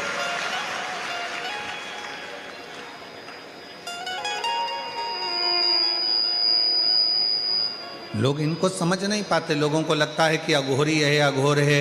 अघोर का मतलब होता है शांति, अघोर का मतलब होता है शीतलता, अघोर का मतलब होता है विपदा को हरने वाला, अघोर का मतलब होता है जो तुम्हारे भीतर जो भी आपके जीवन में सुख आने में जो दुख दिए जा रहे हैं, आपकी सुख की जो मार्ग हैं उसमें जो तकलीफें आकर खड़ी हो रही है, उस मार्ग को क्लियर करना, उस मार्ग को साफ करना। तो हमारे शरीर में भी जो मार्ग है, नलियां हैं वो चौक हो रही हैं, उसमें कोई अड़चन आती है तो अघोरेश्वर महादेव का नाम लेकर जल चढ़ाकर 5 बार, या सीहोर का रुद्राक्ष हो, वो भी 5 मुखी ज्यादा होता है, सीहोर का रुद्राक्ष, तो वो अगर है तो उसको भी पानी में गलाकर शिव जी को चढ़ाकर उसका भी जल पिलाएं तो अघोरेश्वर महादेव का स्मरण सुख दे। अघोरेश्वर। और ध्यान दें, बड़ी सुंदर बात कही। कई लड़के हैं, कई लड़कियां हैं, कई बेटा हैं, कई बेटियां हैं, कहती हैं हमने एग्ज़ाम दिया पर हमारा एग्ज़ाम, हमारी नौकरी नहीं लग रही है, हमारी नौकरी नहीं लग रही है, हमारी नौकरी नहीं लग रही है। तो मेहनत को 4 गुना बढ़ा, अभी तक जितनी पढ़ाई करते थे उसको 4 गुना बढ़ाओ, अभी तक जितना परिश्रम करते थे उसको 4 गुना बढ़ाओ और फिर एग्जाम के लिए बैठो। तो मेरा निवेदन है,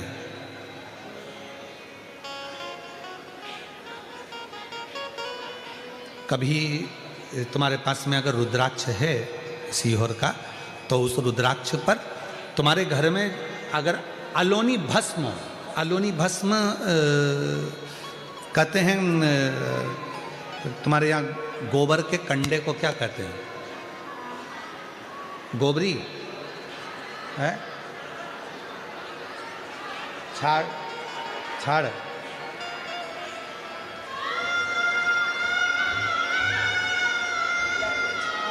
छाना, तो गुजरात में उसको छाना बोलते हैं और महाराष्ट्र में गोबरी कहते हैं, हमारे उधर कंडा कहते हैं। ठीक है, तो जो वो गाय का गोबर होता है तो वो उसको हाथ से थपा हुआ नहीं, गाय ने गोबर किया, नीचे गिरा, सूखा हुआ वो गोबर का कंडा जो होता है उसको जलाकर भस्म बनाकर कपड़े से छानकर उसको डब्बी में रख लेते हैं। जब ऐसा लग रहा है कि मेरा ये काम हो ही नहीं रहा, अटक ही अटक रहा है, तो सोमवार की अष्टमी जब पड़े तो वो थोड़ी सी जो भस्म है वो उस रुद्राक्ष पर 5 मुखी पर अघोरेश्वर महादेव का नाम लेकर चढ़ा दी जाए और उसी भस्म को खाकर, उसी भस्म का तिलक लगाकर यदि कार्य के लिए जाया जाए तो वो कार्य सफल होता ही है, उसमें अड़चन आ ही नहीं सकती,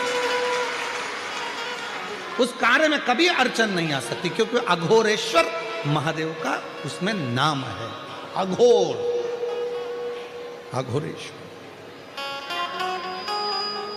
तो 2 रुद्राक्ष दुख को, तकलीफ को, बीमारी को, कष्ट को, अड़चन को समाप्त करते हैं। उसमें 5 मुखी, 5 मुखी में भी इसलिए मूल है क्योंकि उसमें अघोर भगवान शिव का एक मुख जुड़ा हो, अघोरेश्वर। और दूसरा है 7 मुखी रुद्राक्ष। फिर 4 मुखी का भी वर्णन आता है, इसे रुद्राक्षों का स्मरण किया जाए।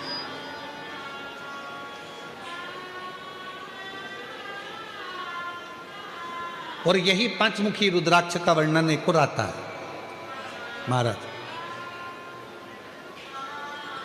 डॉक्टर ने कहा कि कमर का गुरिया चले गया है और वो गुरिया खसक गया है, या घुटने का ग्रीस खत्म हो गया है, या घुटने में गैप आ गया है, या कमर में गैप आ गया है, और व्यक्ति को लगे कि मैं बैठ नहीं पा रही हूँ, जमीन पर नहीं बैठ सकती, डॉक्टर कह रहा है कि कुर्सी पर बैठना पड़ेगा, नीचे नहीं काम कर सकती, नीचे नहीं बैठ सकती, गुरिया चले गया है, डॉक्टर का इलाज करवाओ, डॉक्टर को दिखाओ, जांचें कराओ, जो बोले वो करो। साथ में एक काम और करो, अशोक सुंदरी वाली जगह पर सेनाई शांति रखो, अशोक सुंदरी वाली जगह पर रुद्राक्ष को रखें। अगर पांचमुखी रुद्राक्ष सीहोर का यदि आपके पास में है तो वो रुद्राक्ष को अशोक सुंदरी वाली जगह, अशोक सुंदरी का स्थान आप लोगों को पहले भी बताया, ये शिवलिंग, ये जलाधारी, ये जल बह रहा है, बीच में जो स्थान है वो अशोक सुंदरी का स्थान है। राइट में गणेश जी, लेफ्ट में कार्तिकेय जी, जलाधारी, पार्वती जी का हस्तकमल, शिवलिंग, शंकर का स्वरूप, शिवलिंग के ऊपर जो जल गिरता है ऊपर से, जया, विषहरा, शामरीबारी, दौतली, देव, शंकर जी की 5 लड़कियां जल गिराती, बीच में अशोक सुंदरी का स्थान, अशोक सुंदरी, अशोक सुंदरी वाले स्थान पर रुद्राक्ष को रखकर 5 दुर्वा अघोरेश्वर महादेव का नाम लेकर प्रदोष की प्रदोष समर्पित करें। उन 5 दुर्वा को लेकर आ जाएं और 5 टाइम, 5 समय ऐसा निकाल लें सुबह से लेकर शाम तक के बीच में कि मुझे इन 5 दुर्वा को एक एक कर कर धीरे धीरे चबा चबा कर खाना है। उसको खाना प्रारंभ कर लें। रुद्राक्ष अपने जो बांधते हो गले में रखें या अपने पास में रखें और उस 5 दुर्वा को 5 प्रदोष कर लीजिए। और उसके बाद आपकी कमर में जो गैप है या दर्द है या नीचे नहीं बैठ सकते हो, धीरे धीरे धीरे धीरे उसमें आराम लगना प्रारंभ हो जाएगा। वो गुड़िया जो है अपनी जगह पर बैठे, अघोरेश्वर महादेव का नाम ले, अघोरेश्वर।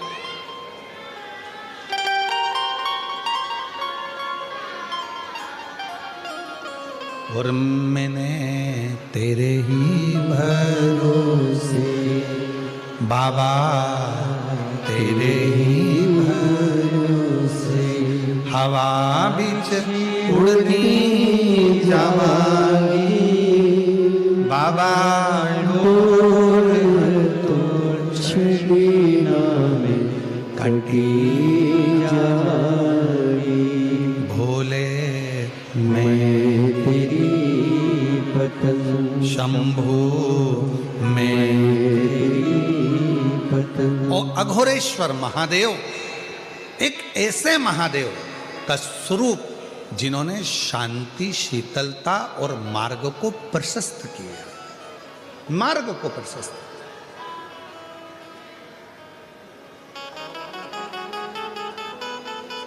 लक्ष्य तक भेजने वाले, मंजिल तक पहुंचाने वाले। और ये जो अघोरेश्वर महादेव का नाम लेकर जल चढ़ाकर या बेलपत्र, कई माताएं कह देती हैं हमारे बच्चे की धड़कन नहीं आई, उसका सिर नहीं बना, पाँव नहीं बना, हाथ नहीं बना, उसके पेट में डॉक्टर ने बताया है कि ये बच्चा तो ऐसा रहेगा, विकलांग रहेगा, मानसिक बुद्धि कमजोर रहेगी, ऐसा हो गया, वैसा हो गया, श्वास नहीं आ रही है। अघोरेश्वर बाबा का नाम लेकर बेलपत्र चढ़ाकर, उस बेलपत्र को भी अगर माँ गर्भवती नारी खा रही है तो बच्चे को वो प्राप्त हो रहा है, और प्राप्त हो रहा है तो उसका शरीर पूरा बनना प्रारंभ होगा। फिर बच्चे की जांच कराओ, सोनोग्राफी कराओ, उसमें धीरे धीरे आपको मालूम पड़ेगा कि बच्चे की धड़कन आई है, बच्चे की श्वास। अघोरेश्वर महादेव, फिर से बोलो कौन से महादेव हैं? अघोरेश्वर। शिव जी के एक मुख को अघोर कहा गया, एक मुख अघोर। और शिव कथा कर रही है, भगवान शंकर का पवित्र चरित्र कह रहा है, शिव महापुराण कह रही है। 2 रुद्राक्षों का स्मरण किया गया जो सुख देने वाले, आनंद देने वाले, अविरल भक्ति देने वाले, राहों को मंजिल तक भेजने वाले।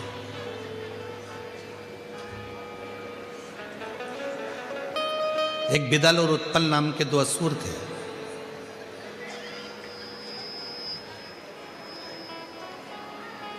माता पार्वती ने उनको कुंदुक का प्रहार कर कर मारा था और शिवजी का नाम कुंदकेश्वर महादेव।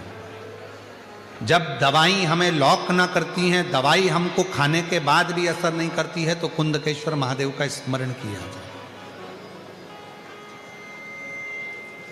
शिव का एक स्वरूप है कुंदकेश्वर महादेव, शंकर भगवान का एक स्वरूप है कुंदकेश्वर,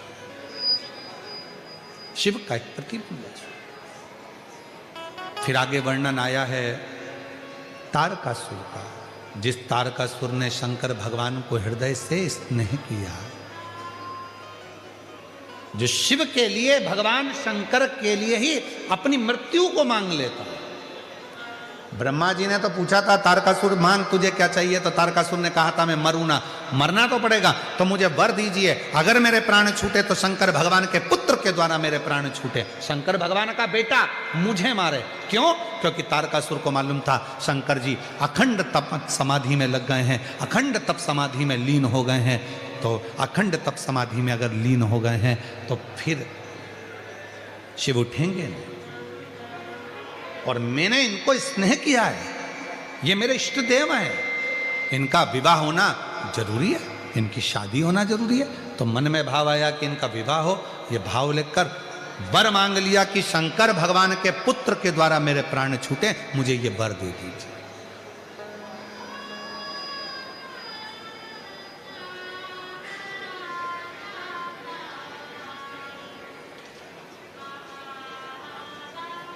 मुझे कुछ और नहीं चाहिए।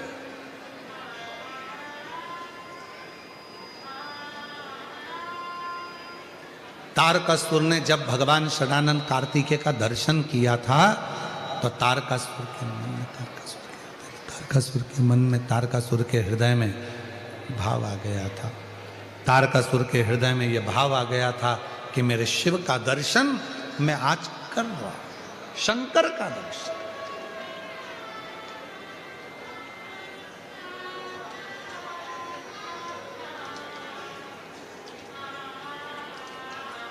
और बहुत दिन हो गए भोले से बिछड़े, बहुत दिन हो गए भोले से बिछड़े, भोले जी से बिछड़े शंकर जी से बिछड़े, भोले से बिछड़े शंकर जी से बिछड़े, बहुत दिन हो गए भोले से बिछड़े, बहुत दिन हो गए भोले से बिछड़े। बहुत दिन शिव को प्राप्त करना चाहा, शिव मिले, शंकर मिले। आज शिव का दर्शन मुझे कार्तिकेय के रूप में हो रहा है, षडानंद कार्तिकेय का दर्शन कर रहा हूं तो मेरे को शिव का ही दर्शन हो रहा। पर कार्तिकेय जी ने ये विचार कर लिया था कि मेरे पिता को बहुत मानते हैं तारकासुर, मेरी मां ने कहा है इनके हृदय में शिव बसते हैं, अब इनको तकलीफ नहीं दूंगा। और जिसके हृदय में भगवान शंकर विराजमान हो, जो शिव के भक्ति में दिन रात डूबा रहता हो, शिव पुराण कहती है उसका मन कभी ना दुखाए, उसके हृदय को चोट ना पहुंचाए। एक सच्चा शिव का भक्त, एक सच्चा शंकर भगवान का भक्त शिव का ही कोई अंश लेकर जन्म लेता। शिव का सच्चा भक्त, भगवान शंकर का गुणगान करने वाला, शिव भक्ति करने वाला, शंकर भगवान की अविरत भक्ति में लगाने वाला, स्वयं लगने वाला और शंकर की आराधना साधना में डूबने वाला, स्वयं शंकर भगवान का ही कोई कृपा का एक उनकी रच का कोई कण ही जन्म लेता है, जो आपको शिव भक्ति में भी लगाएगा, शिव उपासना में भी लगाएगा, शिव आराधना भी करेगा, और उसके हृदय को चोट पहुंचे ये ठीक नहीं। तारकासुर शिव की आराधना करता, तारकासुर शंकर की साधना करता।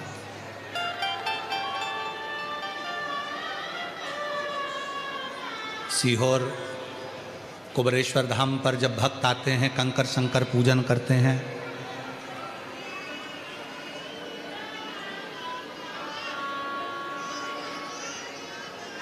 हम जानते हैं कि अंदर बाबा के मूल शिवलिंग का दर्शन आप लोगों को नहीं हो पाता है, क्योंकि वहाँ इतनी जगह नहीं रहती है। पर कंकर शंकर की पूजन कर कर आप उसी शिवलिंग का स्मरण कर कर बाबा से भक्ति करते हैं। बट वृक्ष की परिक्रमा करते हैं, बेलवाटिका की परिक्रमा करते हैं, बट वृक्ष की छांव में बैठकर भगवान शंकर से अपने मन की बात कहते हैं, बेल वाटिका में बैठकर आप शिव से अपने मन की बात कहते हैं।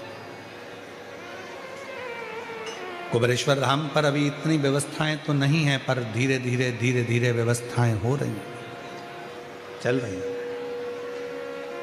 पर जब भी आप कुबरेश्वर धाम पर जाते हैं, बट वृक्ष की छांव में 2 मिनट बैठकर बाबा को अपने मन का भाव कहते हैं, हृदय से प्रार्थना करते हैं।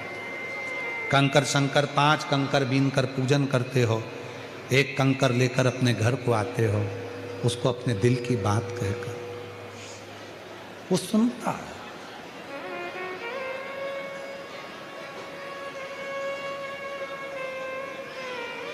बारह ज्योतिर्लिंग का मध्य बिंदु है कुबरेश्वर धाम। जिस भूमि पर मांगा गया जीव का कल्याण कर देता है, जीव का कल्याण। पर वहां आने वालों से हम एक बात कहते हैं कि तुम विश्वास लेकर आओगे तो मेरा बाबा तुमको खाली नहीं भेजेगा। विश्वास लेकर यदि आए हो तो वो खाली नहीं भेजेगा। भरोसा दृढ़ इन चरणन करो। समय आया, तारकासुर के प्राणों को षडानंद कार्तिकेय जी ने हर लिया, और तारकासुर के प्राण चले गए तो तारकासुर के 3 बेटे हैं, तारकाक्ष, विदुम्माली और कमलाक्ष। इन तीनों का संहार भी भगवान शिव ने पशुपति नाथ रूप रखकर किया। पशुपति नाथ रूप, पशुपति का मतलब है जो पशुओं का भी देवता है, और केवल एक पशु के लिए नहीं, 33 कोटि देवताओं को, तारकाक्ष, विदुम्माली और कमलाक्ष को मारने के लिए 33 कोटि देवताओं को भगवान शंकर ने पशु बनाया था। शिव जी उनके पति बने थे, तब जाकर तारकाक्ष, विदुम्माली और कमलाक्ष की ये तीनों मरे थे, इनके प्राण छूटे।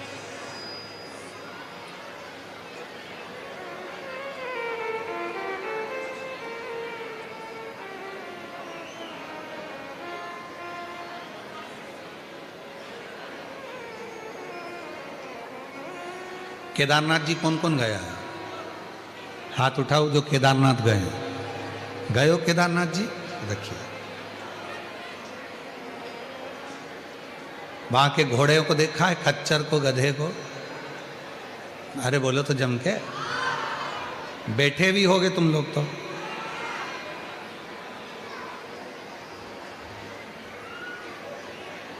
कभी उस खच्चर से, कभी उस घोड़े से पूछा जो तुमको बिठाकर इतने ऊपर लेकर जा रहा है, कितना अंदर से रो रहा होगा, कितना दुखी होगा, कितना दुखी,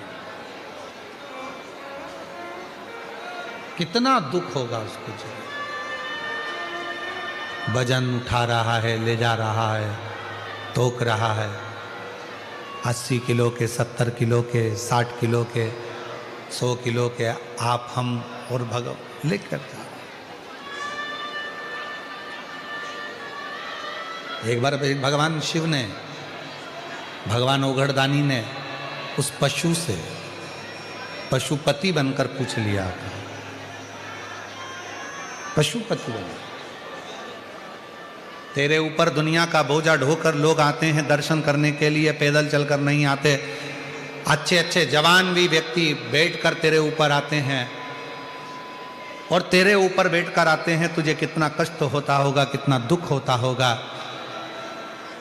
कितना तकलीफ होता होगा। शंकर भगवान ने पूछा उस खच्चर से, उस घोड़े से, उस गधे से।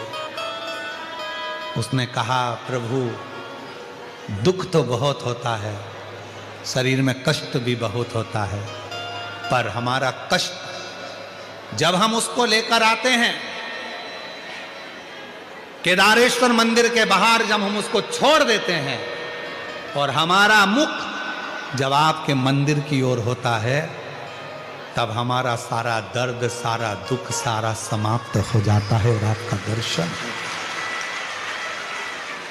लोग कहते हैं कि केवल मनुष्य को ही बाबा की भक्ति प्राप्त होती है, पर यहाँ पशु भी कह रहे हैं कि हमें तेरे दरवाजे पर आने पर सुख प्राप्त होता है। सुख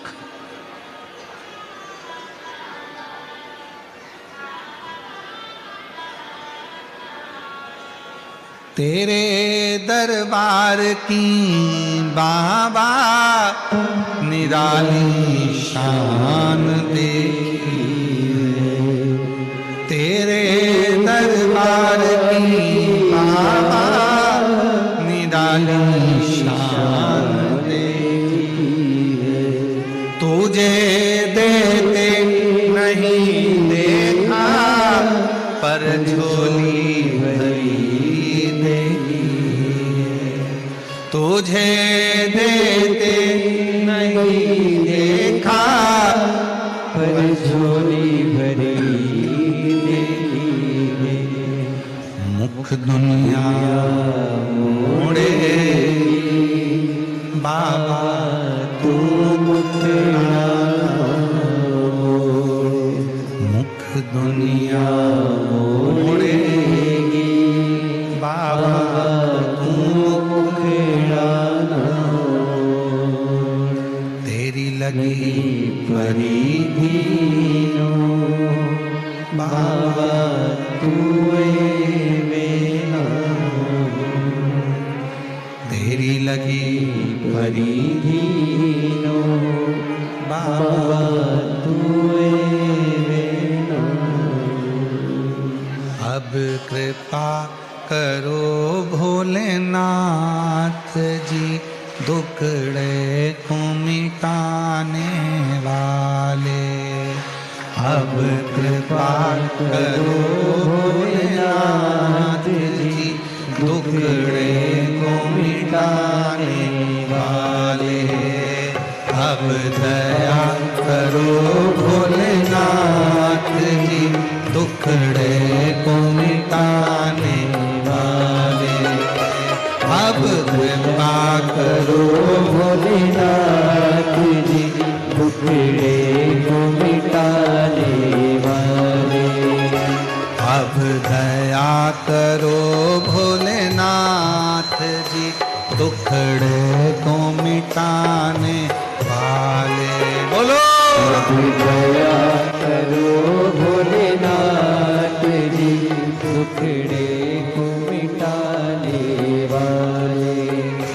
दुखड़े को मिटाने वाले, कष्टों को मिटाने वाले। दुखड़ों को मिटाने वाले, कष्टों को भरने वाले।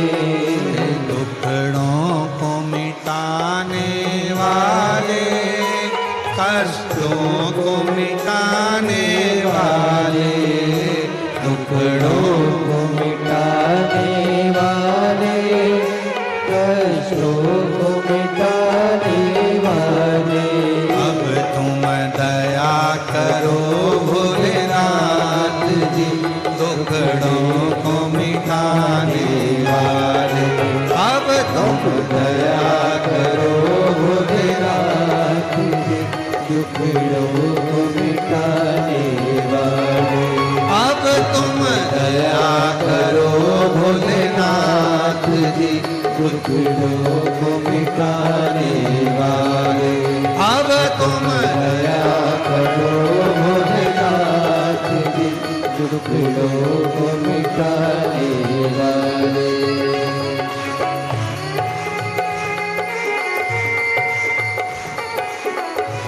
शंभो शंभो।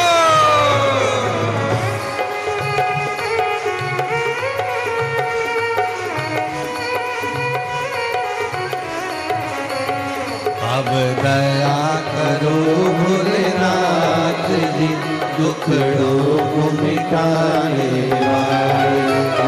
अब दया करो भोलेनाथ जी, दुखड़ों को मिटाने वाले। कष्टों को मिटाने वाले, दुखड़ों को मिटाने वाले। कष्टों को मिटाने वाले, दुखड़ों को मिटाने वाले। कष्टों को मिटाने वाले, दुखड़ों को मिटाने वाले। कष्टों को मिटाने वाले, दुखड़ों को मिटाने वाले। अब तुम दया करो भोलेनाथ जी, दुखड़ों को मिटाने वाले। अब तुम दया करो भोलेनाथ जी, कष्टों को मिटाने वाले। अब तुम दया करो भोलेनाथ जी, दुखड़ों को मिटाने वाले। अब तुम दया करो भोलेनाथ जी, दुखड़ों को मिटाने वाले। अब तुम दया करो भोलेनाथ जी, दुखड़ों को मिटाने वाले। हार हार अपने स्थान पर बैठकर आज विराम की कथा का ये आखिरी भजन था। दिल से बाबा को प्रार्थना कर लो, विनय कर लो। पहले नहीं बोल पाए हो तो अब बोल लो और बाबा को अपने मन का भाव कह लो। जहाँ जगह मिल जाए वहाँ बैठ जाओ। बैठकर बाबा को प्रार्थना कर लीजिए, विनय कर लीजिए, निवेदन कर लीजिए, भाव से बाबा को विनती कर लीजिए। साथ में बोलेंगे आप और हम, भाव से बाबा को रिझाएंगे।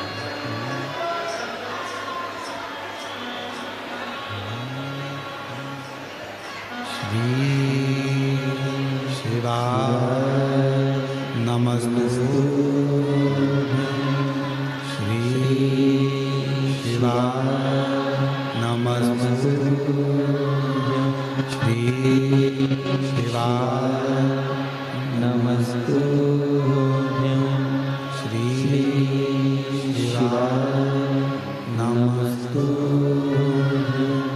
श्री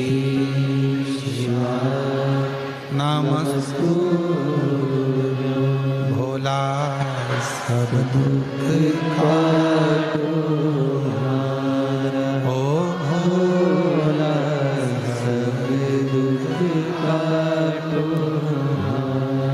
शिव शंकर जपो तेरी माला, भोले बाबा जपो तेरी माला।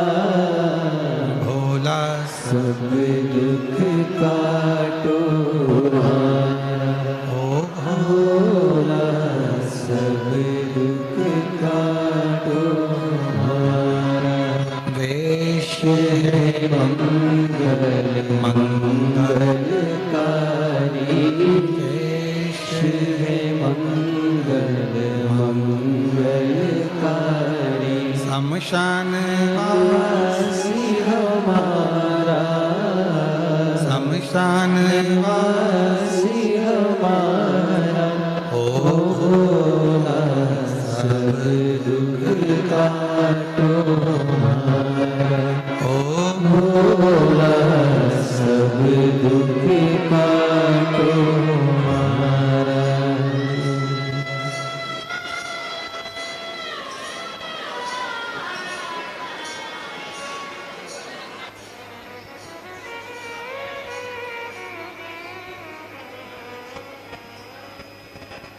बाबा देवादिदेव महादेव भगवान शिव की कथा कहती है।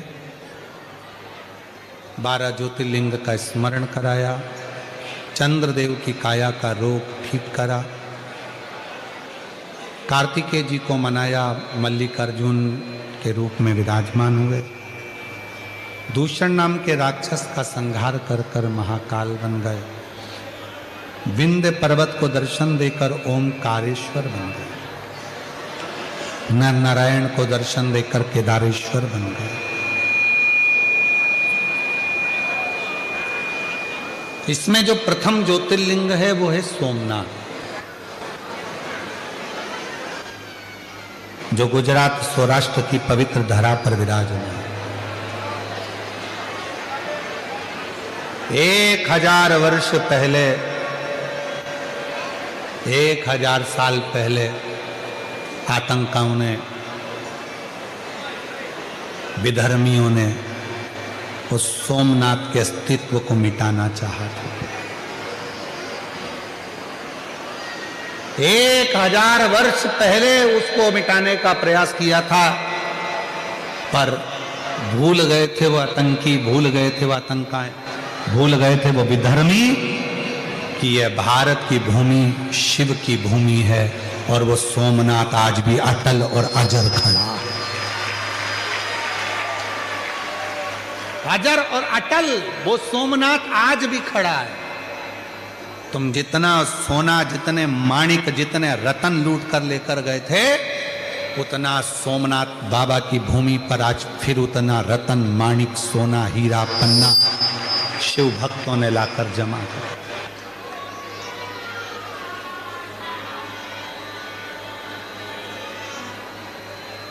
वो सोमनाथ, उसको क्षति पहुंचाने वाले भले वो उस समय के आक्रांता रहे हों, पर आज शिव के भक्तों ने उसको संभाला।